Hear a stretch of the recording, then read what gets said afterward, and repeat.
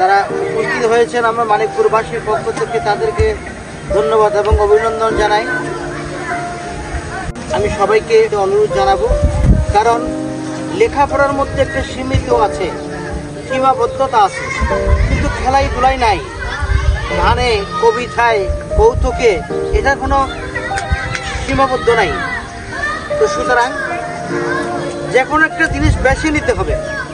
আমি ফুটবলার হব, আমি ক্রিকেটার হব, আমি ভালো ছাত্র হব, যে কোনো একটা সিদ্ধান্ত নিতে হবে এবং স্বপ্ন দেখতে হবে।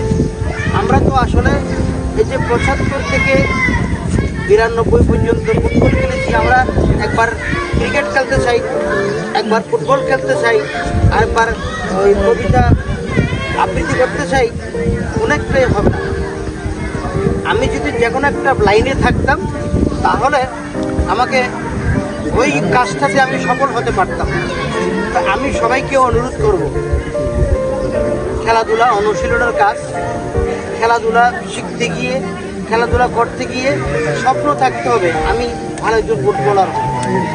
এখন যদি এই এশিয়ার মধ্যে সর্বশ্রেষ্ঠ গোলরক্ষক হয়, আমি পারবো না কেন? চেষ্টা থাকতে হবে, স্বপ্ন থাকতে হবে। তা আমি আজকে সুন্দর খেলা উপহার দেওয়ার জন্য উভয় দলকে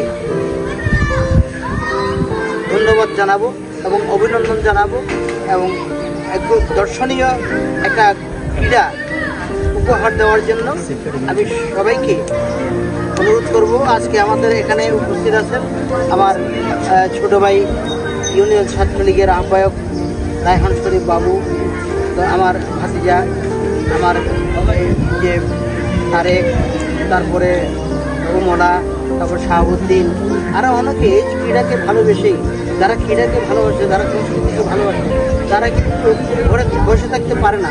তো আমি সর্বশেষ সবাইকে এটা আহ্বান করব, সুন্দর খেলা উপহার দিবেন। আর এটাই শেষ না, খেলাধুলা সকাল সন্ধ্যা। আমার ফুটবল উস্তাদ মাননীয় মন্ত্রী বিভাগ লামা আলী কদম থেকে ভালো বানায় আমরা একসঙ্গে খেলা।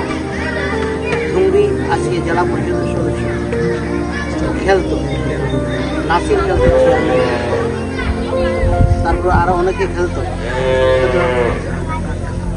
আপনারা তাদেরকে চিনেন, অনেক ভালো খেলোয়াড়। যাই হোক, বেশি কথা বাড়াবো না, খেলাই শেষ করলাম। জয় বাংলা, জয় বাংলা।